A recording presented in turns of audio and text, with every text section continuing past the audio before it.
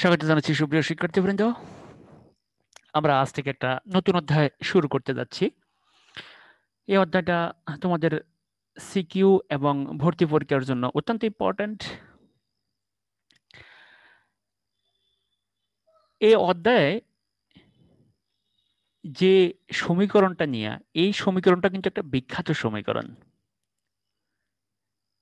এবং এই সমীকরণ নিয়ে তোমরা খুব সম্ভবত ক্লাস 10ও কাজ করেছো।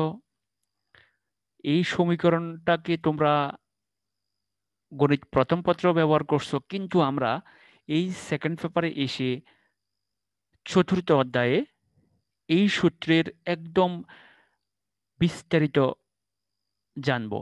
এই সূত্র সম্পর্কে অনেক কিছু আমরা জানবো, এই সূত্রের বৈশিষ্ট্যগুলো আমরা শিখবো এখানে। তো আমাদের এই যে চ্যাপ্টার, এই চ্যাপ্টারের নাম হচ্ছে বহুপদী এবং বহুপদী সমীকরণ, পলিনোমিয়ালস এন্ড পলিনোমিয়াল ইকুয়েশনস। তো এখানে একটা বিষয় খেয়াল করো, একটা হচ্ছে বহুপদী আর একটা হচ্ছে বহুপদী সমীকরণ, অর্থাৎ এখানে দুটো জিনিস, একটা হচ্ছে রাশি আর একটা হচ্ছে সমীকরণ।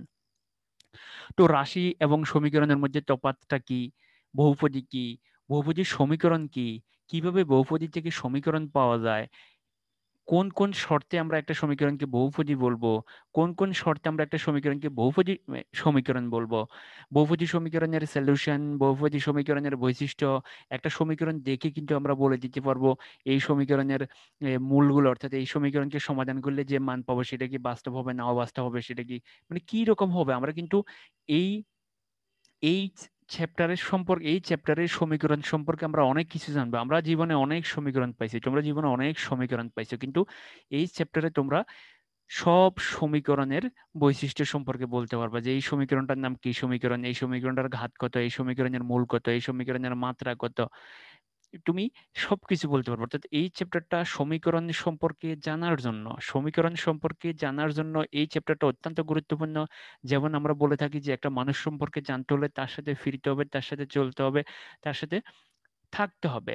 যে তুমি যখন একটা মানুষের সাথে চলবা, তার সাথে থাকবা, মানে দীর্ঘদিন ধরে তার সাথে চলবা, তখন তুমি দেখবে তার সব বৈশিষ্ট্য জানবা। কিন্তু একটা মানুষকে দেখার সাথে সাথে তুমি তার চেহারাটা দেখলা, তুমি হয়তো সে তোমার সামনে দাঁড়ায় হাসলো, তার হাসিটা অনেক সুন্দর, এখন তুমি বলে দিলে যে সে অনেক সুন্দর মানুষ, আসলে না, সেটা হতেও পারে, নাও হতে পারে। যে একটা মানুষ সম্পর্কে জানতে হলে তার সাথে দীর্ঘদিন তোমাকে থাকতে হবে, চলতে হবে, কাজ করতে হবে। ঠিক একইভাবে এই যে তোমরা সমীকরণগুলো নিয়ে কাজ করছো, তোমরা সেই ক্লাস 6 থেকে আজ পর্যন্ত তোমরা হরেক রকমের সমীকরণ পাইছো, কিন্তু তোমরা কিন্তু এই একটা সমীকরণের দিকে তাকালে যে এই এই জিনিসগুলো বলতে পারা যায়, তোমরা কিন্তু সেটা জানো না। আজ থেকে তোমরা জানবা। তো আমরা আজকে এই অধ্যায়ে যতগুলো ফর্মুলা আমরা ব্যবহার করব, সব ফর্মুলা নিয়ে আমরা আলোচনা করব। তুমি যদি এই ফর্মুলাগুলো আয়ত্ত করে নিতে পারো, তুমি নৈর্ব্যক্তিকে অবশ্যই ভালো করবে। মানে একবার নৈর্ব্যক্তিকে এখান থেকে তোমার সিকিউ, তোমার বোর্ড পরীক্ষায়, ইভেন অ্যাডমিশন টেস্ট, এখান থেকে প্রশ্ন থাকে। তো এই চ্যাপ্টারটা সবচেয়ে বেশি ইম্পর্ট্যান্ট হচ্ছে অ্যাডমিশন টেস্টের জন্য। এবং আমি আশা করি যদি আমার এই আজকের পাঠটা তোমরা যদি ভালোভাবে দেখো, তাহলে তোমরা অবশ্যই অ্যাডমিশন টেস্টে ভালো করবে, এবং তোমার বোর্ড পরীক্ষায় এমসিকিউতে যে প্রশ্ন আসবে সেটা অবশ্যই পারবা। এবং এই চ্যাপ্টার যদি ভালো পড়ো, তুমি সিকিউ ভালো করবে, কারণ সিকিউ তে আমরা যে প্রবলেমগুলো সলভ করব সেটা সব আজকের পাঠে থাকবে, অর্থাৎ সব ফর্মুলা আমরা আজকে আলোচনা করব। আমরা একটা সমীকরণ থেকে বলে দিতে পারবো তার মূল কি হবে, মানে অর্থাৎ আমরা তার ওয়ার অ্যাবাউট সম্পর্কে জানবো। তো চলো আমরা শুরু করি। প্রথমে হচ্ছে বহুপদী। বহুপদী, আমরা বহুরূপী শব্দটা অনেকের কাছে শুনছি, তোমরা অনেকেই অনেককে বলা যে তুই তো বহুরূপী। আমরা আজকে দেখবো বহুপদী। তো চলো, বহুপদী একটি বীজগাণিতিক রাশি যা এক বা একাধিক পদ, এক বা একাধিক পদ এবং এক বা একাধিক চলক বিশিষ্ট হতে পারে। তার মানে আমরা বহুপদীতে কি পাবো, এক বা একাধিক পদ পাবো। যেমন তোমরা যে একজন একজনকে বহুরূপী বলে ফেলো, বহুরূপী কেন বলো, বহুরূপী বলার কারণ হচ্ছে সে এক এক জায়গায় এক এক রূপ দেখায়, সে তোমার সামনে আসলে একরকম, আরেকজনের কাছে গেলে আরেক রকম। ঠিক একইভাবে আমার এখানেও বহুপদী মানে হচ্ছে, বহুপদী হবে একটা বীজগাণিতিক রাশি, সেটা এক বা একাধিক পদ হইতে পারে, অর্থাৎ পদ একটা হইতে পারে, পদ একাধিক হইতে পারে, আবার একটা চলকও থাকতে পারে, একাধিক চলকও থাকতে পারে। তো আমরা উদাহরণ দেখলে ক্লিয়ার হব। তবে সবচেয়ে বড় যে বৈশিষ্ট্যটা সেটা হচ্ছে চলকের যে ঘাত। আমরা বলছি এক বা একাধিক চলক বিশিষ্ট হতে পারে, কিন্তু রাশিতে চলকের ঘাত শূন্য বা স্বাভাবিক সংখ্যা হতে পারে, অর্থাৎ পাওয়ার রাশির পাওয়ার, পাওয়ার, পাওয়ার কি হবে? হয় শূন্য হবে, না হয় স্বাভাবিক সংখ্যা হবে, এর বাইরে আর কোনো কিছু হতে পারবে না। তাহলে বহুপদী একটি বীজগাণিতিক রাশি যা এক বা একাধিক পদ বিশিষ্ট হতে পারে, এক বা একাধিক চলক বিশিষ্ট হতে পারে, তবে শর্ত হচ্ছে চলকের পাওয়ার হয় শূন্য হবে, না হয় স্বাভাবিক সংখ্যা হবে, অর্থাৎ ন্যাচারাল নাম্বার 1 2 3 4 5 6 7 8 9 10। মনে রাখবা এগুলো হচ্ছে স্বাভাবিক সংখ্যা। এখন দেখো এই যে একটা রাশি, দেখো এটা হচ্ছে একটা রাশি, কিছুক্ষণ পরে আমরা সমীকরণে যাব। দেখো এটা একটা রাশি, এখানে দেখো চলক কিন্তু একটা, এক্স হচ্ছে চলক, দেখো কিন্তু পদ হচ্ছে তিনটা, দেখো একটা পদ, দুইটা পদ, তিনটা পদ। তাহলে আমরা আগে বলছি এক বা একাধিক পদ বিশিষ্ট হইতে পারে, এক বা একাধিক চলক বিশিষ্ট হইতে পারে। তাহলে আমার এই যে রাশিটা, এই রাশিটাতে চলক হচ্ছে একটা, সেটা হচ্ছে এক্স। দেখো এই যে এটা একটা রাশি, দেখো এখানে চলক একটা, সেটা হচ্ছে এক্স, এবং পদ হচ্ছে চারটা, এখানে একটা পদ, দুইটা পদ, তিনটা পদ, চারটা পদ। এরপরে দেখো এটা একটা রাশি, বাট এখানে চলক হচ্ছে তিনটা, এক্স ওয়াই জেড, আর ফি হচ্ছে ধ্রুবক। মনে রাখবা এখানে এটা হচ্ছে ধ্রুবক, এই যে 2 HK এটা হচ্ছে ধ্রুবক, এটা হচ্ছে ধ্রুবক, এখানে ফি হচ্ছে ধ্রুবক, কিউ ধ্রুবক, আর ধ্রুবক। তাহলে এই যে রাশিটা, এই রাশিটাতে চলক হচ্ছে কয়টা? তিনটা, এক্স ওয়াই জেড, এবং পদ হচ্ছে কয়টা? পদ হচ্ছে তিনটা। তাহলে এখন আমরা জেনে গেলাম যে কোনটা পদ, কোনটা চলক, আর বহুপদী। এবং দেখো এই যে তিনটা রাশি, এই তিনটা রাশি দেখো, এই যে চলক, চলকের ঘাত হয়েছে 2, এখানে দেখো চলকের ঘাত 2, এখানে ওয়াই এর ঘাত 1, জেড এর ঘাত 1, এখানে আবার জেড এর ঘাত 4, এখানে দেখো যে চলক এক্স, এক্স এর ঘাত 3, এখানে দেখো এক্স এর ঘাত হয়েছে 2। তাহলে বহুপদী একটি বীজগাণিতিক রাশি যা এক বা একাধিক পদ এবং এক বা একাধিক চলক বিশিষ্ট হতে পারে, তবে চলকের ঘাত কি হইতে হবে? হয় শূন্য হবে, আর না হয় স্বাভাবিক সংখ্যা হবে। এবার আসো দেখো, তাহলে এই বিষয়টা তোমরা এক বা একাধিক চলক, তাহলে এখানে একটা চলক, এখানে কয়টা চলক? এখানে তিনটা চলক। এরপরে দেখো এই যে এখানে পদ হয়েছে তিনটে, দেখো এক বা একাধিক পদ বিশিষ্ট, এখানে 3 পদ, এখানে 3 পদ, এখানে 4 পদ। তো আমি আশা করি যে তোমরা একটা রাশির পদের সংখ্যা বের করতে পারবে, একটা রাশিতে কয়টা পদ আছে এটা তোমরা বের করতে পারবে, এবং একটা রাশিতে কয়টা চলক আছে সেটা তোমরা বের করতে পারবে, এবং তোমরা চলকের ঘাতও বলতে পারবা, তোমরা চলকের ঘাত বলে দিতে পারবা। এখন যদি তোমার কাছে জাতি প্রশ্ন করে যে পদে এই পদে চলকের ঘাত কত, কেউ কি বলতে পারবা তোমরা? যেহেতু এখানে চলক দেখতেছো না তুমি, শুধুমাত্র একটা ধ্রুবক আছে, তাহলে তোমাকে বলতে হবে এখানে চলকের ঘাত হচ্ছে শূন্য, অর্থাৎ যেখানে চলক থাকবে না ধরে নিতে হবে এখানে চলকের ঘাত শূন্য, অর্থাৎ এখানে ধরে নিতে পারো দেখো এখানে এক্স এর ঘাত 3, এখানে 2, এখানে 1, তার মানে এখানে হবে এক্স পাওয়ার 0, অর্থাৎ আর এক্স পাওয়ার 0, অর্থাৎ ধ্রুবকের মধ্যে, মনে রাখবা ধ্রুবকের মধ্যে চলকের ঘাত হচ্ছে শূন্য। এবার আসে দেখো এইটা কোনোভাবেই রাশি হতে পারে না, কেন? কারণ চলকের ঘাত কি হবে? শূন্য অথবা স্বাভাবিক সংখ্যা হইতে হবে। মনে রাখবা চলকের ঘাত কি হইতে হবে? শূন্য অথবা স্বাভাবিক সংখ্যা হতে হবে। তাহলে এটা এই যে এটা কোনোভাবেই রাশি হতে এটা কোনোভাবেই বহুপদী হইতে পারে না, এটা কোনোভাবেই বহুপদী রাশি হইতে পারে না। মনে রাখবা এটা কোনোভাবেই বহুপদী রাশি হবে না। তাহলে মনে রাখবা তোমাকে কিন্তু এমসিকিউতে দিতে পারে যে নিচের কোনটি বহুপদী রাশি, তাহলে এটা বহুপদী, এটা বহুপদী, এটা বহুপদী। তুমি দেখবা যে ঘাত কোথাও ফ্র্যাকশন আছে কিনা বা ভগ্নাংশ আছে কিনা। ঘাত যদি কখনো ভগ্নাংশ হয়, অর্থাৎ মনে রাখবা ঘাত কি হইতে হবে? হয় শূন্য হতে হবে, না হয় স্বাভাবিক সংখ্যা হতে হবে, এর বাইরে কোনো কিছু হইলে হবে না। যেমন যদি এখানে এক্স পাওয়ার -1 থাকে তাহলে হবে না, কারণ -1 কিন্তু স্বাভাবিক সংখ্যা নয়।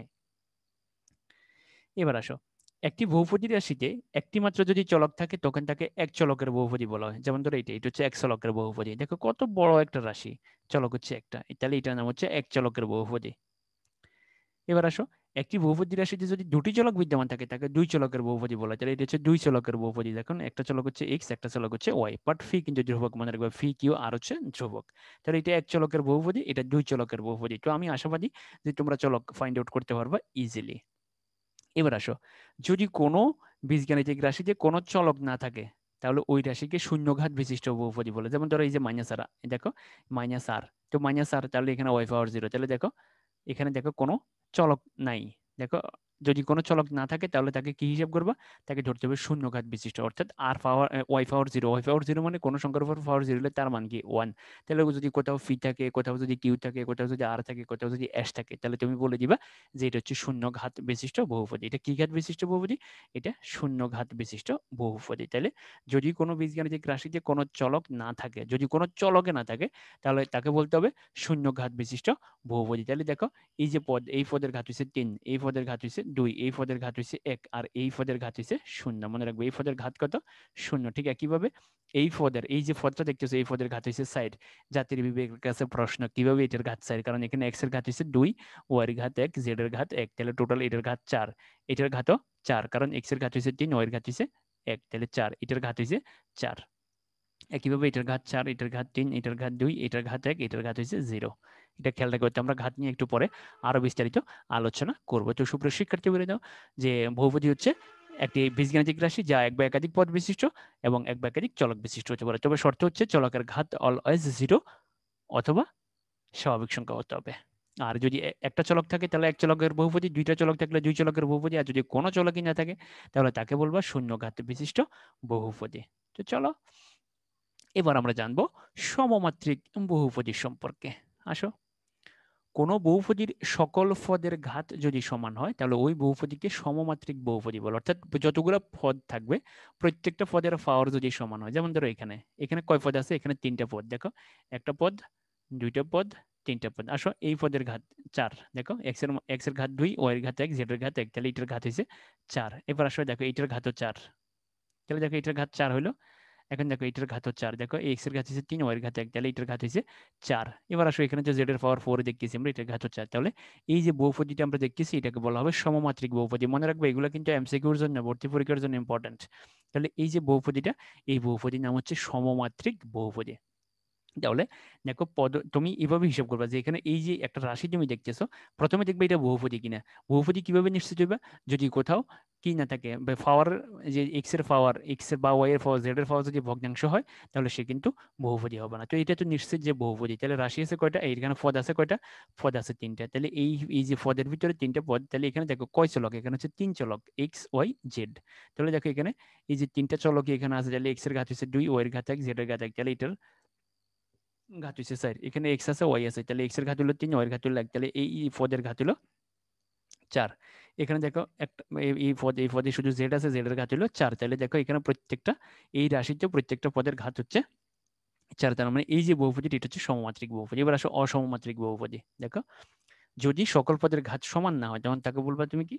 অসমমাত্রিক বহুপদী। দেখো, এই যে দেখো এখানে 3 চলকের বহুপদী। এই যে রাশিটা, এই রাশিটা হচ্ছে 3 চলক এবং 3 পদ বিশিষ্ট। একটা পদ, দুইটা পদ, 3টা পদ, এবং চলক হচ্ছে 3টা, এক্স ওয়াই জেড। তাহলে দেখো এখানে, দেখো এখানে ঘাত হচ্ছে 4, এক্স এর 2, ওয়াই 1, জেড 1, তাহলে এখানে এই যে পদ, এই পদের ঘাত হচ্ছে 4। এবার আসো এই পদ, এই পদের ঘাত হচ্ছে 3। দেখো এক্স এর ঘাত হচ্ছে 2, ওয়াই এর ঘাত হচ্ছে 1, তাহলে এই যে পদ, এই পদের ঘাত হচ্ছে 3, এই পদের ঘাত হচ্ছে 4। তাহলে আমরা দেখতে পাচ্ছি যে এই যে রাশিটা, এই রাশিটার প্রত্যেকটা পদের ঘাত সমান নয়। এই পদের ঘাত হচ্ছে 4, এই পদের ঘাত হচ্ছে 3, এই পদের ঘাত হচ্ছে 4। তার মানে এই যে রাশিটা, এই রাশিটা হচ্ছে অসমমাত্রিক বহুপদী রাশি। এই রাশিটা হচ্ছে অসমমাত্রিক বহুপদী রাশি, আর এটা হচ্ছে সমমাত্রিক বহুপদী রাশি। তাহলে আমরা বহুপদী শিখলাম, বহুপদী হওয়ার শর্ত শিখলাম, এক চলকের বহুপদী শিখলাম, দুই চলকের বহুপদী শিখলাম, শূন্যঘাত বিশিষ্ট বহুপদী শিখলাম, সমমাত্রিক বহুপদী শিখলাম, অসমমাত্রিক বহুপদী শিখলাম। চলো দেখি এবার আমাদের জন্য কে অপেক্ষায় আছে। এখন আমাদের জন্য সমীকরণ দাদা অপেক্ষায় আছে। তো ছোট ভাই ছিল বহুপদী, তার থেকে আসবে বহুপদী সমীকরণ। চলো দেখো, এটা একটা বহুপদী। মনে রাখবা, যখনই তুমি দেখবে যে কোনো ইকুয়েশন চিহ্ন নাই তখনই দেখবে সেটা রাশি। তাহলে এটা একটা বহুপদীর রাশি। কেন বহুপদী রাশি? কারণ এখানে কোথাও চলকের ঘাত কিন্তু কি নয়, চলকের ঘাত কিন্তু ভগ্নাংশ নয়। তাহলে এখানে দেখো চলকের ঘাত হচ্ছে n, এখানে n-1, এখানে n-2, কমছে, কমতে কমতে কমতে কমতে এখানে আসে দেখো x নাই। তার মানে এটা হচ্ছে এই যে পদটা, এটা হচ্ছে ধ্রুবক পদ, এটা হচ্ছে ধ্রুবক পদ। এখানে চলকের ঘাত হচ্ছে 0। মনে রাখবে এখানে চলকের ঘাত 0, তোমাকে মনে রাখতে হবে এখানে চলকের ঘাত 0। যখনই তুমি দেখবা যে কোথাও চলক নাই, শুধু ধ্রুবক, ধ্রুবকের মধ্যে, ধ্রুবকের সময় তোমাকে মনে রাখতে হবে এখানে চলকের ঘাত 0। তো এখন আসো, তাহলে এই যে রাশিটা, এই রাশি থেকে আমরা কিভাবে সমীকরণ পাবো? এই রাশি থেকে আমরা কিভাবে সমীকরণ পাবো? দেখো, তাহলে এটা একটা n ঘাতের বহুপদী। এখানে ঘাত হচ্ছে কত? দেখো সর্বোচ্চ ঘাত হচ্ছে n, তাহলে আমরা বলবো এটা হচ্ছে n ঘাতের বহুপদী। এখন আসো, এখন যদি বহুপদীটি শূন্যের সমান হয়, এখন এই যে বহুপদীটা এটা যদি শূন্যের সমান হয় তখন আমরা তাকে কি বলবো? তখন একটা সমীকরণ হয়ে যাবে, আর এই সমীকরণ বলবো x এর n ঘাত বিশিষ্ট বহুপদী সমীকরণ। তখন আমরা এটাকে কি বলবো? দেখো এটা, এই যে দেখো এটা যদি 0 হয় তাহলে এই যে এটা, এই সমীকরণটা দেখো, এই সমীকরণটা আমরা বলবো x এর n ঘাত বিশিষ্ট বহুপদী সমীকরণ। তাহলে এটা কার সমীকরণ? এটা x এর সমীকরণ। কত ঘাত বিশিষ্ট? n ঘাত বিশিষ্ট বহুপদী সমীকরণ। তাহলে এখানে দেখো অনেকগুলো পদ, এখানে n সংখ্যক পদ আছে, মনে রাখবে এখানে পদের সংখ্যা কিন্তু n সংখ্যক। এটা কিন্তু n সংখ্যক পদ আছে, দেখো এই যে এখান থেকে শুরু করে এই পর্যন্ত। এখানে তুমি যদি বলো 60টা পদ, তাহলে তো হবে না, কারণ এখানে ডট ডট দিয়ে বুঝাইছি যে মাঝখানে অনেকগুলো রয়ে গেছে, তো আমরা সবগুলো লিখতে পারি নাই। তাহলে দেখো এটা হচ্ছে রাশি আর এটা হচ্ছে সমীকরণ। তাহলে এটা হচ্ছে বহুপদী আর এটা হচ্ছে বহুপদী সমীকরণ। তো আমাদের চ্যাপ্টারের নাম হচ্ছে বহুপদী এবং বহুপদী সমীকরণ। তো আমরা কোনো কোনো অঙ্কে বহুপদী পাবো, কোনো কোনো অঙ্কে আমরা বহুপদী সমীকরণ পাবো। তো আমরা চাইলে বহুপদী সমীকরণকে বহুপদী রাশিকে বহুপদী সমীকরণ বানিয়ে দিতে পারি, শুধুমাত্র জিরো বসে দিলে, অর্থাৎ ইকুয়াল জিরো দিলেই সে বহুপদী সমীকরণ হয়ে যাবে। তবে শর্ত হচ্ছে এটা, এই যদি এই রাশিটা যদি জিরো হয়ে যায়, এই এ নটের মানে এই ধ্রুবক যদি জিরো হয়ে যায়, এই ধ্রুবক যদি জিরো যায়, তখন সে কিন্তু n ঘাত বিশিষ্ট হবে না, তখন সে হয়ে যাব n-1 ঘাত, অর্থাৎ সে কিন্তু ঘাত কিন্তু কমে যাবে। তো এই জন্য একটা জিনিস মনে রাখতে হবে, এটা কিন্তু A nought is not equal zero, এটা কিন্তু মনে রাখতে হবে, A nought is not equal to zero হইতে হবে। অর্থাৎ এই যে সমীকরণটা, এই সমীকরণটা শর্ত পাশে কিন্তু এটা তোমরা দিয়ে দিবা, এটা কিন্তু এমসিকিউতে আসতে পারে যে এটা হচ্ছে বহুপদী আর এটা হচ্ছে বহুপদী সমীকরণ। তাহলে কখন আমরা তাকে n ঘাত বিশিষ্ট বহুপদী সমীকরণ বলবো? যখন এটা সমান শূন্য হবে এবং A is not equal, A nought is not equal zero হবে। তাহলে দেখো এই যে দেখো এটা একটা সমীকরণ, দেখো এটা একটা সমীকরণ। তাহলে দেখো এই যে এটার ঘাত হচ্ছে 3, এটার ঘাত হচ্ছে কত? দেখো দেখো এটা হচ্ছে 3 ঘাতের, এটা হচ্ছে 4 ঘাতের, এটা হচ্ছে 2 ঘাতের বহুপদী। তাহলে তোমরা কিন্তু এখন পাওয়ার দেখলে বোঝা যাবে, এটার পাওয়ার হচ্ছে 3, দেখো এইটা হচ্ছে 4 ঘাত, কারণ এখানে চলক হচ্ছে কয়টা? 3টা, এক্স ওয়াই জেড। তাহলে দেখো ওয়াই এর পাওয়ার 1, জেড এর পাওয়ার 1। অথবা তুমি এইদিকে তাকালেও বুঝতে পারো যে এখানে দেখো সর্বোচ্চ ঘাত হচ্ছে 4। তাহলে দেখো এটা হচ্ছে 4 ঘাতের বহুপদী আর এটা হচ্ছে 2 ঘাতের বহুপদী। আর 2 ঘাতের বহুপদী এটাকে নাম হচ্ছে দ্বিঘাত সমীকরণ। এটা হচ্ছে একটা বিখ্যাত সমীকরণ, এটা হচ্ছে একটা বিখ্যাত সমীকরণ। এই সমীকরণ দিয়ে যে কত কিছু করা যায় একটু পরে আমরা সেটা দেখব। তাহলে এটা 3 ঘাতের, এটা 4 ঘাতের বহুপদী, এটা 2 ঘাতের বহুপদী। এটা হচ্ছে বহুপদীর রাশি, যখন এটা সমান শূন্য হবে তখন আমরা তাকে কি বলবো? এক্স এর n ঘাত বিশিষ্ট বহুপদী সমীকরণ, অর্থাৎ যার চলক তার সমীকরণ, যার চলক তার সমীকরণ। আর উম, চলকের উপরে সর্বোচ্চ ঘাত যেটা থাকবে তাকে তত ঘাত বিশিষ্ট বলা হবে। তেমন যেখানে যেখানে সর্বোচ্চ ঘাত হচ্ছে 3, এই যে সমীকরণের মধ্যে সর্বোচ্চ ঘাত হচ্ছে 4, এই সমীকরণের মধ্যে সর্বোচ্চ ঘাত হচ্ছে কত? 2। তাহলে এটা 2 ঘাতের বহুপদী। আর এই যে 2 ঘাতের বহুপদী যেটা, তার নাম হচ্ছে দ্বিঘাত সমীকরণ। তো তাহলে আমরা বহুপদী থেকে বহুপদী সমীকরণ ফাইন্ড আউট করা শিখে ফেললাম। এবার আসো বহুপদী সমীকরণের মূল, খুব ইম্পর্ট্যান্ট এটা। দেখো F of x equal zero একটা বহুপদী সমীকরণ, F of x equal zero একটা বহুপদী সমীকরণ। এখন যদি এফ অফ এ সমান জিরো হয়, যেমন ধরো F of x equal zero, সেখানে সমীকরণটা x square plus 3x plus 1 হইতে পারে, যে কোনো কিছু হইতে পারে। এখন যদি এক্স এর জায়গায় এ বসালে শূন্য হয়, তাহলে এই যে এ কে বহুপদী সমীকরণের একটা মূল বলা হবে। তাহলে এই সমীকরণের, এই দেখো এটা একটা সমীকরণ, মনে রাখবে এটা কিন্তু একটা সমীকরণ। আমরা একটু আগে বলছি, একটু আগে কিন্তু আলোচনা করছি, এটা হচ্ছে রাশি, যখন এটি ইকুয়াল শূন্য হবে তখন সেটা হয়ে যাবে সমীকরণ। মনে রাখবে এটা হচ্ছে একটা বহুপদী, যখন এটা সমান শূন্য লিখবো তখন সে হয়ে যাবে বহুপদী সমীকরণ। এখন এই সমীকরণের এক্স এর জায়গায় যদি আমরা এ বসাই, এ বসানোর পরে যদি শূন্য হয়, এ বসানোর পরেও যদি শূন্যই পাই আমরা, তখন আমরা কি বলবো? এ, এ কে এই সমীকরণের একটা মূল বলবো। দেখো আমরা একটা উদাহরণ দেখবো, এই যে দেখো এটা একটা সমীকরণ, এটাকে আমরা এফ অফ এক্স ধরলাম। দেখো তাহলে এফ অফ ওয়ান, দেখো এফ অফ ওয়ান সমান হচ্ছে 2।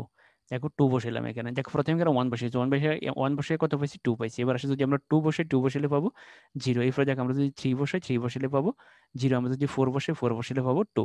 তো এখন দেখো আমি এখানে দেখো এই যে আমার এটা হচ্ছে সমীকরণ, তো আমি এই যে আমার এই সমীকরণের এই অংশটাকে এফ অফ এক্স দিয়ে প্রকাশ করলাম। এখন দেখো এক্স এর জায়গায় যখন 1 বসেছি, 1 বসাইয়ে আমি এই যে রাশির মান পাইছি 2, যখন আমি 2 বসেছি তখন এই রাশির মান পাইছি 0, যখন 3 বসেছি তখন এই রাশির মান পাইছি 0, যখন আমি 4 বসেছি তখন এই রাশির মান পাইছি 2। তো আমার শর্ত হয়েছে যেটা বসালে 0 হবে সেটাই হবে মূল।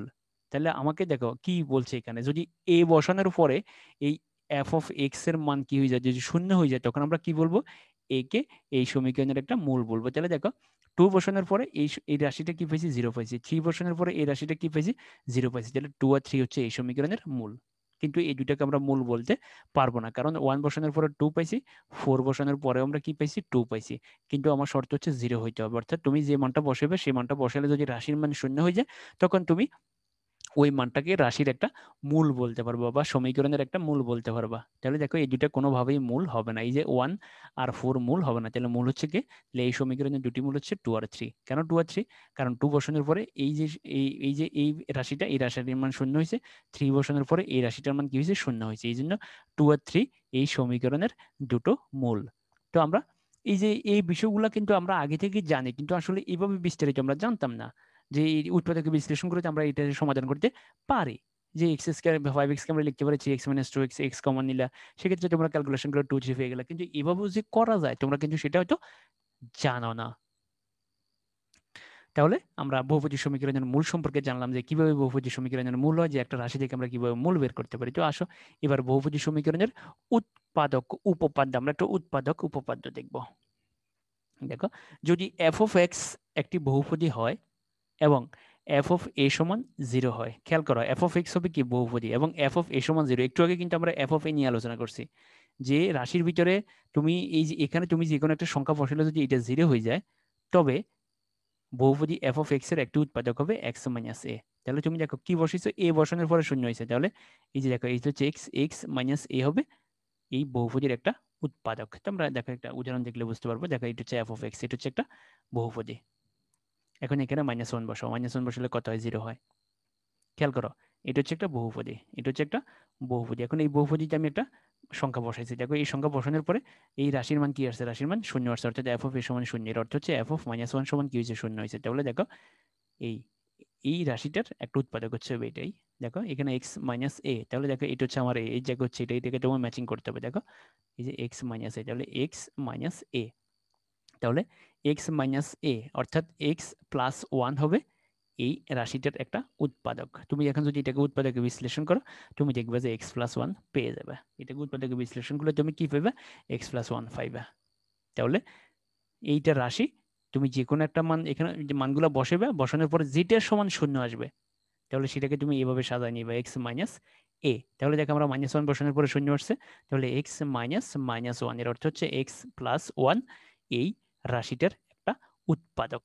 তাহলে মনে রাখতে হবে, এটা কিন্তু এমসিকিউতে আসে, মনে রাখবে, এটা কিন্তু মুখস্থ করে ফেলবা তোমরা। যদি এফ অফ এক্স একটি বহুপদী হয় এবং এফ অফ এ সমান 0 হয়, তবে বহুপদী এফ অফ এক্স এর একটি উৎপাদক হবে এক্স মাইনাস। এটা কিন্তু উৎপাদক উপপাদ্য, এটা কিন্তু মুখস্থ করে ফেলবা। এটা কিন্তু উৎপাদক উপপাদ্য, তোমাকে প্র্যাকটিক্যালও জিজ্ঞাসা করতে পারে, ভাইভাতে তোমাকে জিজ্ঞাসা করতে পারে যে বহুপদী সমীকরণের উৎপাদক উপপাদ্যটা বলো। তাই এটা হচ্ছে উদাহরণ, তুমি চাইলে এই উদাহরণটা দিয়ে দিতে পারো। এবার আসো আমরা দেখব বহুপদীর ভাগশেষ উপপাদ্য। দেখো, যদি এ যে কোনো একটি ধ্রুবক হয়, কারণ আমরা তো জানি 1 2 3 4 5 এগুলো এগুলো সব হচ্ছে ধ্রুবক, তাহলে এ যদি যে কোনো একটা ধ্রুবক হয় এবং এফ অফ এক্স বহুপদীকে এক্স মাইনাস এ দ্বারা ভাগ করা হয়, তবে ভাগশেষ এফ অফ এ হবে। অর্থাৎ তুমি একটা বহুপদীকে যে কোনো একটা রাশি দিয়ে ভাগ করলে, একটা বহুপদী রাশিকে যে কোনো একটা রাশি দিয়ে যদি ভাগ করো, তুমি তার ভাগশেষ বের করে ফেলতে পারবে। অর্থাৎ তোমাকে একটা বহুপদী দিল, দিয়ে বললো যে এটাকে এক্স মাইনাস এ 1 দ্বারা ভাগ করলে ভাগশেষ কত হবে নির্ণয় করো। তোমাকে এমসিকিউতে এটা দিতে পারে, অথবা 2 মার্কের জন্য সিকিউতে দিতে পারে, অথবা অ্যাডমিশন টেস্টে আসতে পারে। যে কোনো একটা রাশি দিব, রাশি দিয়ে তোমাকে বলবে যে এটাকে এক্স মাইনাস 5 দ্বারা ভাগ করো, ভাগ করলে ভাগশেষ কত হবে। তো আমরা কিন্তু এখন দেখো ভাগশেষ বের করে ফেলতে পারবো, একদম সহজ ভাগশেষ বের করা। দেখো এ হচ্ছে যে কোনো একটা ধ্রুবক, এফ অফ এক্স কে আমরা কত দ্বারা ভাগ করবো, এক্স মাইনাস এ দ্বারা ভাগ করবো, তাহলে ভাগশেষ হবে এফ অফ এ। তাহলে তুমি যদি এক্স মাইনাস 5 দ্বারা ভাগ করো, ভাগশেষ হবে এফ অফ 5। তুমি যদি এক্স প্লাস 5 দ্বারা ভাগ করো, ভাগশেষ হবে এক্স মাইনাস এফ অফ -5। দেখো আমরা ক্যালকুলেশন করে দেখো, এটা একটা রাশি, এটা একটা বহুপদী, এটা একটা বহুপদী। দেখো এফ অফ এক্স হচ্ছে একটা বহুপদী। এখন এটাকে দেখো আমরা এক্স মাইনাস 1 দ্বারা ভাগ করব। এখন এই বহুপদীকে যদি আমি এক্স মাইনাস 1 দ্বারা ভাগ করি, তোমাকে এমসিকিউতে দিল যে এই বহুপদীকে এক্স মাইনাস 1 দ্বারা ভাগ করলে ভাগশেষ কত হবে। তো তুমি কি ভাগ করে করে ভাগশেষ বের করবা, অনেক সময় লাগবে। এটা হচ্ছে শর্ট টেকনিক। দেখো, এবং এটা হচ্ছে উপপাদ্য, এই উপপাদ্যটা তুমি মুখস্থ করে ফেলবা। দেখো এক্স মাইনাস 1 দ্বারা যদি আমরা ভাগ করি, তাহলে ভাগশেষ কত হবে। দেখো এফ অফ 1, দেখো এফ অফ এ, আমরা আগেই বলছি, দেখো এক্স মাইনাস এ দ্বারা যদি ভাগ করা হয়, তাহলে ভাগশেষ হবে কত, এফ অফ এ। তাহলে দেখো এক্স মাইনাস 1 দ্বারা ভাগ করতেছি, তাহলে ভাগশেষ হবে কত, এফ অফ 1। তো এখানে 1 বসাই দাও, দেখো তাহলে ভাগশেষ হবে -10। তাহলে তুমি এক্স মাইনাস 1 দ্বারা যদি এই রাশিকে ভাগ করো, ভাগশেষ হবে -10। তুমি প্রয়োজনে ক্যালকুলেশন করে দেখবা, অনেক সময় লাগবে। এবার আসো যে আমরা এক্স প্লাস 2 দ্বারা ভাগ করি, তাহলে হবে, দেখো ভাগশেষ হবে এফ অফ -2। কারণ কি, যে তোমাকে এটা মিলাইতে হবে, এক্স মাইনাসে তোমাকে মাইনাস মিলাইতে হবে। তাহলে এক্স প্লাস 2 দ্বারা যদি ভাগ করি, তাহলে কি হবে, এক্স মাইনাস -2, তার মানে এফ অফ -2। তো -2 এখানে বসাও, বসালে ক্যালকুলেশন করলে দেখো -40। তার মানে x+2 দ্বারা যদি তুমি এই রাশিকে ভাগ করো তাহলে ভাগশেষ হবে -40। এবার আসো, তুমি যদি x-3 দ্বারা ভাগ করো তাহলে ভাগশেষ কত হবে? তুমি যদি এই রাশিকে x-3 দ্বারা ভাগ করো তাহলে ভাগশেষ হবে f(3). তো এখানে 3 বসাও, 3 বসালে দেখো 0। তাহলে তুমি যদি এই রাশিটাকে x-3 দ্বারা ভাগ করো তাহলে ভাগশেষ হবে 0। এখন জাতির বিবেকের কাছে প্রশ্ন, আমরা যখন ভাগ করতাম, যেমন 4 দ্বারা 12 ভাগ করলে ভাগশেষ কত? 0। যখনই কোনো সংখ্যা দ্বারা কোনো সংখ্যাকে ভাগ করলে নিঃশেষ বিভাজ্য হয়, তখন এটা কি হবে? তখন এটা তার একটা উৎপাদক হয়ে যাবে, এটা তার একটা উৎপাদক হয়ে যাবে। অর্থাৎ তুমি যখন একটা রাশি দ্বারা, খেয়াল করো, আমি x-1 দ্বারা এটাকে ভাগ করছি, ভাগ করে কত পাইছি? ভাগশেষ -10। x+2 দ্বারা এটাকে ভাগ করছে, ভাগ করে ভাগশেষ কত পাইছি? -40। x-3 দ্বারা আমরা এটাকে ভাগ করছি, ভাগ করে ভাগশেষ কত পাইছি? 0। তো যখনই তুমি ভাগশেষ দেখবা যে 0 হয়ে গেছে, তখন যাকে দ্বারা ভাগ করছো সে কিন্তু এই রাশিটার একটা উৎপাদক হয়ে যাবে। এটা কিন্তু মনে রাখবে এমসিকিউর জন্য। যদি ভাগশেষ 0 হয়, অর্থাৎ f(a) = 0 হয়, তবে x-a কে একটি উৎপাদক বলা হয়। তাহলে দেখো x-3 অর্থাৎ f(3) সমান কত হয়েছে? 0 হয়েছে। তাহলে x-a হচ্ছে এই রাশিটার একটা উৎপাদক। তাইলে বহুপদী f(x) এর একটি উৎপাদক হবে x-3। এটা কিন্তু তোমাকে এমসিকিউর জন্য মনে রাখতে হবে এই বিষয়গুলো। তাহলে এতক্ষণ পর্যন্ত আমি যা আলোচনা করছি সব এমসিকিউর জন্য অত্যন্ত ইম্পর্টেন্ট। তোমাকে ভালো করে মনে রাখতে হবে যে ভাগশেষ উপপাদ্য, উৎপাদক উপপাদ্য, তারপরে সমমাত্রিক বহুপদী, অসমমাত্রিক বহুপদী, ঘাত, এই বিষয়গুলো তোমাকে মনে রাখতে হবে যে একটা রাশি দ্বারা ভাগ করলে ভাগশেষ কত হবে, এই রাশি দ্বারা ভাগ করলে ভাগশেষ কত হবে, এই রাশি দ্বারা ভাগ করলে ভাগশেষ কত হবে, এবং ভালো করে জিনিসগুলো তোমরা দেখবা। তাহলে মনে রাখবা, যখনই দেখবা যে ভাগশেষ শূন্য হয়ে গেছে, তো এবং তখন তুমি যা দ্বারা ভাগ করছো তা কিন্তু ওই রাশির একটা উৎপাদক হবে। তাহলে x-3, তার মানে f(3) = 0 হয়েছে, তাহলে x-3 এই রাশিটার একটা উৎপাদক। কিন্তু এই দুইটা কিন্তু উৎপাদক হবে না, খেয়াল করো, এই দুইটা কিন্তু উৎপাদক হবে না কোনোভাবে। কেন উৎপাদক হবে না? কারণ x-1 দ্বারা ভাগ করার পরে -10 পাইছি, x+2 দ্বারা ভাগ করার পরে -40 পাইছি। তাহলে এই দুইটা দ্বারা আমরা, এই দুইটা কিন্তু এই রাশির উৎপাদক কোনোভাবেই হতে পারে না। এবার আসো আমরা দেখব সমীকরণের ঘাত যত মূলের সংখ্যা তত, এটা অত্যন্ত ইম্পর্টেন্ট। দেখো, এই যে এটা একটা সমীকরণ, এটা কি? এটা একটা বহুপদী সমীকরণ। এখানে ঘাত কত? n। তাহলে এই সমীকরণের মূল সংখ্যা হবে n। এই সমীকরণে n সংখ্যক মূল পাওয়া যাবে, এবং n সংখ্যক মূল থেকে কোনোভাবেই একটা মূল্য তুমি বেশি পাইবে না। তাহলে মনে রাখবা, ঘাত যত মূলের সংখ্যাও তত হবে। মনে রাখবা, এখানে সর্বোচ্চ ঘাত হচ্ছে n। তাহলে এই সমীকরণটাকে যদি আমরা ক্যালকুলেশন করি তাহলে আমরা n সংখ্যক মূল পাবো। খেয়াল করো, এই যে সমীকরণটা, এই সমীকরণটা হচ্ছে 3 ঘাতের বহুপদী। তাহলে এই সমীকরণটাকে আমরা ক্যালকুলেশন করলে আমরা 3টা মূল পাবো। এই সমীকরণটা হচ্ছে 4 ঘাতের বহুপদী। দেখো x², y(z), তাহলে এখানে সর্বোচ্চ ঘাত হচ্ছে কত? 4। দেখো এখানেও ঘাত 4, এখানেও ঘাত 4। তাহলে এটাকে যদি আমরা ক্যালকুলেশন করি আমরা 4টা মূল পাবো। তাহলে দেখো এখানে আমরা 2টো মূল পাবো। এখানে যদি এটাকে ক্যালকুলেশন করি আমরা মূল পাবো 2টা। তাহলে মনে রাখবা, ঘাত যত মূলের সংখ্যাও তত, ঘাত যত মূলের সংখ্যাও তত, এটা কিন্তু ভালোভাবে মনে রাখতে হবে। এবার আসো শর্ত সাপেক্ষ সমীকরণ এবং অভেদ। যদি একটি সমীকরণ x এর সকল মান দ্বারা সিদ্ধ হয় তখন তাকে অভেদ বলে। এটা আমরা অবশ্য আগে থেকে জানি। দেখো x-3 সমান, দেখো এই যে এটা একটা সমীকরণ। তুমি দেখো, বামে তুমি যদি একটা মান 1 বসাও, ডানও তুমি যদি 1 বসাও, তুমি একই জিনিস পাবে। তুমি যদি বামে 2 বসাও, ডানে 2 বসাও, তুমি একই জিনিস পাবে। বামে 3 বসাও, ডানে 3 বসাও, তুমি একই জিনিস পাবে। তার মানে এই যে সমীকরণটা, এই সমীকরণটা x এর সকল মান দ্বারা সিদ্ধ হয়। এই সমীকরণটা x এর সকল মানের জন্য সত্য, এই জন্য এটাকে অবৈধ বলা হয়। তাহলে এটি হচ্ছে একটা অবৈধ। মনে রাখবা, তোমাকে কিন্তু বলতে পারে যে কোনটি অবৈধ, কোনটি শর্ত সাপেক্ষ সমীকরণ। তাহলে মনে রাখবে এটা কেন অবৈধ? এটা এক্স এর সকল মান দ্বারা সিদ্ধ। তুমি যাই বসাও, 1 2 3 4 5 6 7 8 9 10 0, যাই বসাও, এক্স এর মান যাই ধরো না কেন, তুমি কি পাইবা? দুই পাশে একই মান পাইবা। এটা এক্স এর সকল মান দ্বারা সিদ্ধ। এবার আসো এই সমীকরণটা, এই সমীকরণটার মূল হচ্ছে শুধুমাত্র 2 আর 3। তুমি যদি শুধুমাত্র 2 আর 3 বসাও তাহলে বাম পাশ আর ডান পাশ মিলবে, আর বাকি কারোর জন্য মিলবে না। তাহলে এই সমীকরণটি ঘাত 2, তার মূল হচ্ছে 2টি। খেয়াল করে, একে শর্ত সাপেক্ষ সমীকরণ বলে, কারণ এটা শুধুমাত্র, দেখো, এটা শুধুমাত্র এই যে তুমি যদি এখানে 2 বসাও তাহলে 0 হবে, আর তুমি যদি 3 বসাও তাহলে 0 হবে। তুমি যদি 4 বসাও, এক্স এর মান যদি 4 বসাও তাহলে কত হয়? দেখো 16 - 20 যোগ 6, তাহলে দেখো শূন্য হবে না। তুমি যদি 5 বসাও, দেখো 25 - 25 যোগ 6, তাহলে শূন্য হবে না। তুমি যদি 6 বসাও তাহলে শূন্য হবে না। কিন্তু এটা এক্স এর সকল মানের জন্য সত্য, এটা এক্স এর সকল মানের জন্য সত্য, এটা কিন্তু তোমাকে মনে রাখতে হবে। এটা এক্স এর সকল মানের জন্য সত্য, এটা শুধুমাত্র এই 2 আর 3 এর জন্য সত্য। এই জন্য এই যে সমীকরণটা, এটাকে বলা হয় শর্ত সাপেক্ষ সমীকরণ। আর এই যে সমীকরণটা, এই সমীকরণের নাম হচ্ছে অভেদ। তাহলে যখন দেখবা যে এক্স এর সকল মানের জন্য সত্য, তখন তাকে বলা হবে অভেদ। আর যখন দেখবা যে এটা শুধু নির্দিষ্ট কিছু মানের জন্য সত্য, তখন তাকে বলা হবে শর্ত সাপেক্ষ সমীকরণ। তাহলে এটার ঘাত 2, এই জন্য মূল হচ্ছে 2টা, বাট এটার ঘাত হচ্ছে 3, কিন্তু এটা সব মানের জন্য সত্য। এবার আসো বহুপদী সমীকরণের দুটি বিশেষ বৈশিষ্ট্য, এটা আমরা পরে অঙ্ক করার সময় অনেক বেশি ব্যবহার করবো, তবে এমসিকিউর জন্য জেনে রাখো। বাস্তব সহগ বিশিষ্ট বহুপদী সমীকরণের জটিল মূল জোড়ায় জোড়ায় থাকে, অর্থাৎ জটিল মূল জোড়ায় একটা সমীকরণের একটা মূল আছে i+1, তাহলে অবশ্যই এর আরেকটা মূল হবে i-1। ঠিক একইভাবে মূলদ সহগ বিশিষ্ট বহুপদী সমীকরণের অমূলদ মূলগুলো জোড়ায় জোড়ায় থাকে। যেমন ধরো একটা মূল যদি 1 + √2 হয়, আরেকটা অবশ্যই হবে 1 - √2। তো এটা নিয়ে আমরা পরে বিস্তারিত আলোচনা করব, তবে শুধু জেনে রাখো জটিল মূল জোড়ায় জোড়ায় থাকে, অমূলদ মূল জোড়ায় জোড়ায় থাকে। এবার আসো দ্বিঘাত সমীকরণের সমাধান। আমরা দ্বিঘাত সমীকরণকে কিভাবে সমাধান করব, অর্থাৎ তোমরা এরকম একটা বিড়ম্বনায় পড়ে যাও যে একটা সমীকরণকে তুমি উৎপাদকে বিশ্লেষণ করতে পারতেছো না। তোমাকে একটা সমীকরণ দিয়েছে, যে বললো যে এটা উৎপাদকে বিশ্লেষণ করে, এখন তুমি তো উৎপাদকে বিশ্লেষণ করতে পারো না। উৎপাদকে বিশ্লেষণ করার নিয়ম হচ্ছে যে তুমি মাঝখানে যেটাকে ভাঙবা সে দুইটা গুণ করলে, সে দুইটা যোগ করলে, সে দুটো গুণ করলে, সে দুটো যোগ করলে একটার সাথে মিলে যাবে। তো আসলে এই যে বিষয়টা, এই বিষয়টা তুমি যদি মিলাইতে না পারো, কোনো সমস্যা না, আজ থেকে উৎপাদক বিশ্লেষণ শেষ, উৎপাদক বিশ্লেষণ করা লাগবে না।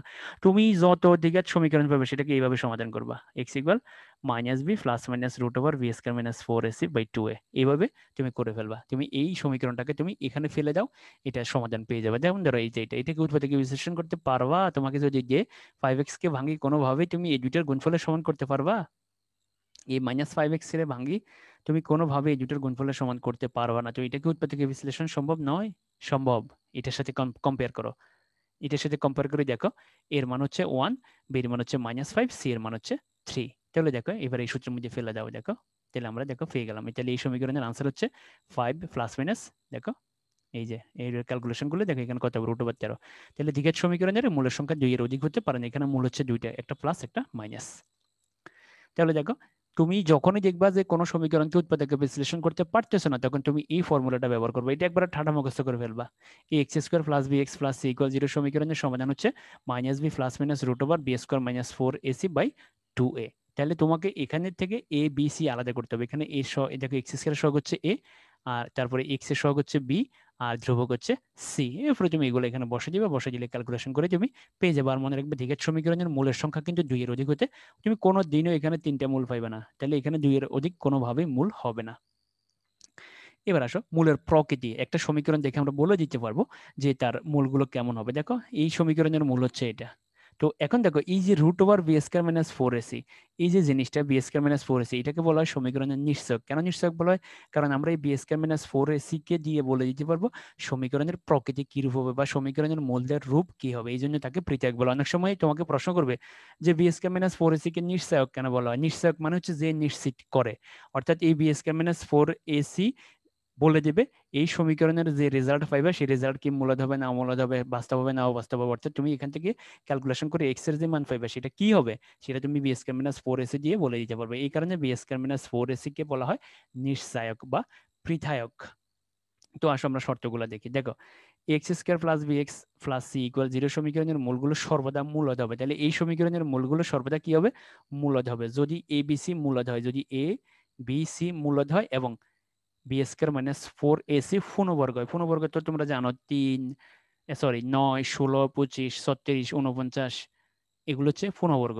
তারপরে 81 এগুলো হচ্ছে কি পূর্ণবর্গ। 121, ঠিক আছে, 225 অর্থাৎ 15² 36 কে 6² লেখা যায়, এগুলো হচ্ছে পূর্ণবর্গ রাশি। তাহলে এখন তোমাকে একটা অঙ্ক দিব, অঙ্ক দিয়ে বলবে যে দেখো যে এই সমীকরণের মূলগুলো মূলদ হবে। তো তুমি বলে দিবে যদি এই সমীকরণের a b c মূলদ হয় আর b²-4ac যদি তুমি বের করবে, b²-4ac যদি মূলদ পূর্ণবর্গ হয়, তাহলে কি হবে? এই সমীকরণের মূলগুলো মূলদ হবে। এবার আসো দেখো এই মূলগুলো সর্বদা বাস্তব ও অসমান হবে। বাস্তব আর অসমান, তাহলে কখন বাস্তব আর অসমান হবে? যদি b²-4ac > 0 হয়। এটা কিন্তু খুব ইম্পর্টেন্ট। এই যে এখন যেটা আমরা আলোচনা করছি সেটা কিন্তু আমাদের সিকিউর জন্য অত্যন্ত ইম্পর্টেন্ট। আমরা যখন প্রবলেম সলভ করবো মনে রাখবো আমাদের নেক্সট পার্টে কিন্তু আমরা এই টপিকস গুলো ব্যবহার করবো, আমরা এই সূত্রগুলো ব্যবহার করে প্রবলেম সলভ করবো। তাহলে দেখো মূলগুলো সর্বদা বাস্তব ও অসমান হবে যদি কি হয়, B square minus four AC greater than zero হয়। মনে রাখবে B square minus four AC কি হয়, গ্রেটার দেন জিরো হয়। তাহলে এটা বের করে দিয়ে এটা দিয়েই সবকিছু করা যাবে, এটা দিয়েই তুমি বলে দিতে পারবা এর চরিত্র কি হবে, এর বৈশিষ্ট্য কি হবে। এবার আসো, মূলগুলো সর্বদা বাস্তব ও সমান হবে যদি B square minus four AC equal zero হয়। যদি এটা শূন্যের সমান হয় তাহলে মূলগুলো মনে রাখবে একটা কিন্তু বাস্তব সমান, আর একটা হচ্ছে বাস্তব অসমান, আর এটা হচ্ছে মূলদ। মনে রাখবে এটা কিন্তু মূলদ। মূলদ হবে কখন, যখন এটা পূর্ণবর্গ হবে।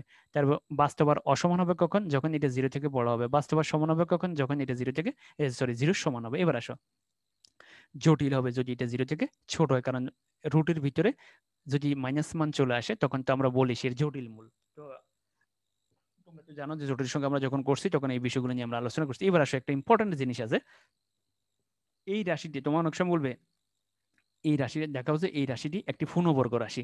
তো দেখো এই রাশিটা একটা পূর্ণবর্গ রাশি হবে যদি এই সমীকরণের মূলগুলো কি হয়, সমান হয়। অর্থাৎ যখনই তুমি দেখবা এই সমীকরণ ক্যালকুলেশন করার পরে তুমি দুটো মান একই রকম পাইছো, যেমন 3 3 4 4 5 5 7 7 9 9, যখনই দেখবা যে মূলগুলো কি হয়েছে, সমান হয়ে গেছে, তখন দেখবা যে এই রাশিটা একটা পূর্ণবর্গ রাশি। পূর্ণবর্গ রাশি মানে A plus whole square M N S whole square এইরকম। তাহলে এই রাশিটা পূর্ণবর্গ হবে কখন, পূর্ণবর্গ হবে যদি এই সমীকরণের মূলগুলো সমান হয়। আবার এই সমীকরণের মূলগুলো কখন সমান হবে, যখন B square minus four AC equal zero হবে। তার মানে B square minus four AC equal zero হলে মূলগুলো কি হবে, পূর্ণবর্গ হবে। তাহলে এই যে পাঁচটা কন্ডিশন, এই পাঁচটা কন্ডিশন ভালোভাবে মুখস্থ করবা। আমাদের এর পরের লেকচার থেকে পরবর্তী দিন থেকে আমরা যতগুলো পার্ট দেখবো প্রত্যেকটা পার্টে কিন্তু এই কনসেপ্ট আমরা ব্যবহার করবো। তো আশা করি তোমরা এটা ভালোভাবে পড়ে নিবা। এবার আসো, দ্বিঘাত সমীকরণের মূলের বিভিন্ন শর্ত।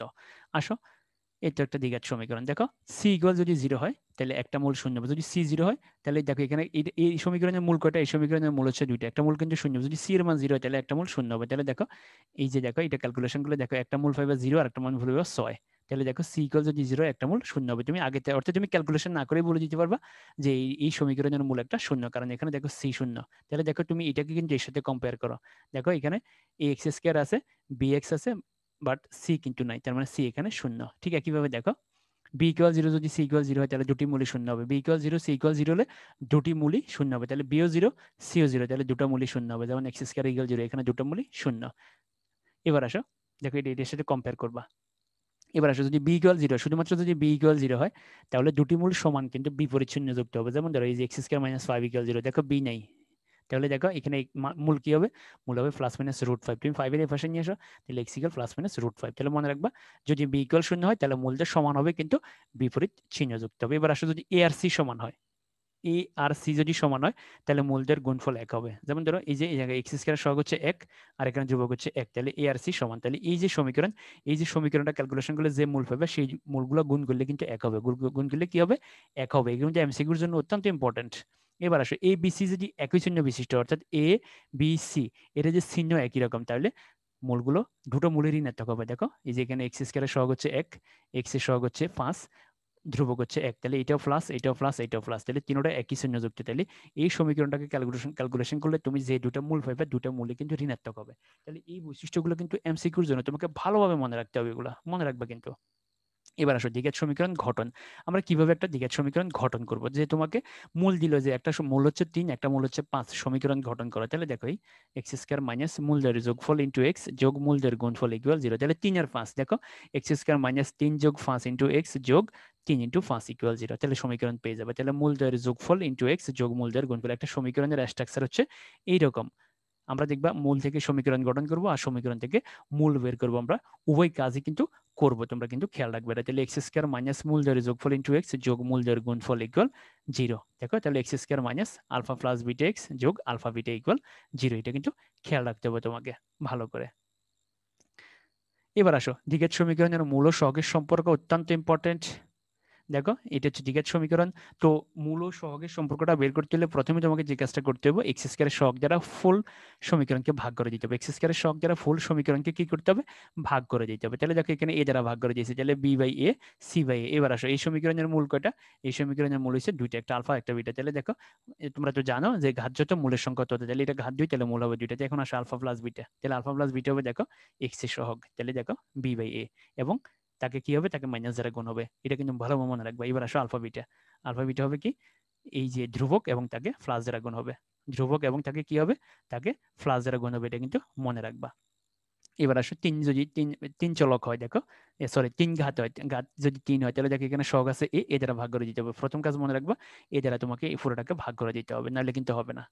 এবার আসো মূল হবে 3, আলফা বিটা গামা, যেহেতু ঘাত হচ্ছে 3, এটা কিন্তু খেয়াল রাখবে তোমরা। এবার আসো alpha plus beta plus gamma হবে এক্স স্কয়ারের সহগ, দেখো, এবং তাকে মাইনাস দ্বারা গুণ হবে।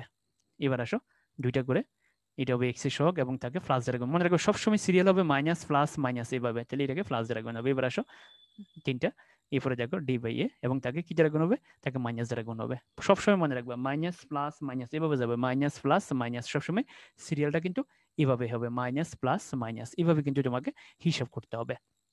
তাহলে দেখো এখানে ঘাত হচ্ছে 2, এই জন্য মূল 2টা, এখানে ঘাত হচ্ছে 3, এই জন্য মূল হচ্ছে 3টা। তাহলে দেখো যদি দ্বিঘাত হয়, তাহলে দেখো দ্বিঘাত সমীকরণ হচ্ছে এইরকম, এক্স স্কয়ার মাইনাস মূল দ্বারা যোগফল ইন্টু এক্স যোগ মূল দ্বারা গুণফল, এইরকম। আর যদি ত্রিঘাত হয়, যে তোমাকে এই যে দেখো, এই যে আলফা প্লাস বিটা, দেখো এই যে তুমি আলফা প্লাস বিটার মানটা এখানে বসাই দাও, দেখবা, আর তারপর আলফা বিটার মানটা এখানে বসাই দাও, তুমি দেখবে একটা সমীকরণ পেয়ে যাবে। দেখো এবার আসো ত্রিঘাত সমীকরণ, দেখো এই যে আলফা প্লাস বিটা প্লাস গামার মান এখানে বসে দিলা, এই যে এই মানটা তুমি সি বাই এইটা বসে দিলা, আর এই মানটা মাইনাস ডি বাই এটা বসে দিলে তুমি ত্রিঘাত সমীকরণ পেয়ে যাবে। তাহলে এটা হচ্ছে দ্বিঘাত সমীকরণের স্ট্রাকচার, এটা হচ্ছে ত্রিঘাত সমীকরণের স্ট্রাকচার। অর্থাৎ পাওয়ার যদি 3 হয় তাহলে সমীকরণটা এরকম হবে, পাওয়ার যদি 2 হয় সমীকরণটা এইরকম হবে। এটা কিন্তু তোমাকে মনে রাখতে হবে। এবার আসো যদি 4 ঘাত থাকে তাহলে কি হবে, দেখো 4 ঘাত থাকলে এরকম হবে। এই মনে রাখবে, এই যে এই যে এখানে কিন্তু সহগ থাকতে পারবে না, এই যে সর্বোচ্চ ঘাতের সাথে কোনো সহগ থাকা যাবে না, যদি থাকে ভাগ করে দিতে হবে। তো দেখো মূল হবে 4টা, আলফা বিটা গামা ডেল্টা। তাহলে দেখো এই একটা করে যোগফল, এবং সেটা হচ্ছে দেখো এক্স কিউবের সহগ, তাকে মাইনাস দ্বারা গুণ। এরপরে দেখো দুইটা করে নিয়ে, সেটা হচ্ছে এক্স স্কয়ারের সহগ সি বাই এ, তাকে প্লাস দ্বারা গুণ। এরপরে দেখো তিনটা করে নিয়ে যোগফল, সেটা হচ্ছে এক্স এর সহগ, তাকে মাইনাস দ্বারা গুণ। এরপরে দেখো চারটা মূল একসাথে, সেটা হচ্ছে দেখো ই বাই এ এবং ধ্রুবক, এবং সেটাকে প্লাস দিয়ে রাখবেন। সবসময় মনে রাখবেন মাইনাস প্লাস মাইনাস প্লাস, সিরিয়ালটা এইভাবে হবে, মাইনাস দিয়ে শুরু হবে। এটা তোমাকে ভালোভাবে মনে রাখতে হবে। তো দ্বিঘাত সমীকরণের মূল ও সহগের সম্পর্ক নিয়ে কিন্তু অনেকগুলো প্রবলেম তোমাকে সলভ করতে হবে, এই জন্য এই বিষয়টা বেশি ইম্পর্টেন্ট। আবার অনেক সময় দেখবে তোমাকে মূল দিয়ে দিবে, মূল দিয়ে তোমাকে বলবে যে সমীকরণ গঠন করো। আবার অনেক সময় তোমাকে সমীকরণ দিবে, সমীকরণ দিয়ে বলবে যে মূলগুলো বাইর করো। তো এই মানে অনেক কাজে কিন্তু আমাদের এটা লাগতে পারে। তো সুপ্রিয় শিক্ষার্থীবৃন্দ, ধন্যবাদ সবাইকে। আজকের পাঠ অত্যন্ত ইম্পর্টেন্ট, এমসিকিউ সিকিউ ভর্তি পরীক্ষার জন্য আজকের পাঠ যদি তুমি ভালোভাবে আয়ত্ত করে নিতে পারো তাহলে তুমি এই চ্যাপ্টারে রাজ করবে। তোমাকে এই চ্যাপ্টার ভালোভাবে জানতে হলে আজকের পাঠ ভালোভাবে দেখতে হবে। তুমি যদি আজকের পাঠ ভালোভাবে দেখো, তুমি নিশ্চিত থাকো যে তুমি এই চ্যাপ্টারের প্রত্যেকটা অঙ্ক ভালোভাবে বুঝবে, ভালোভাবে পড়বে এবং নির্ভুলভাবে যে কোনো জায়গায় আনসার করতে পারবা।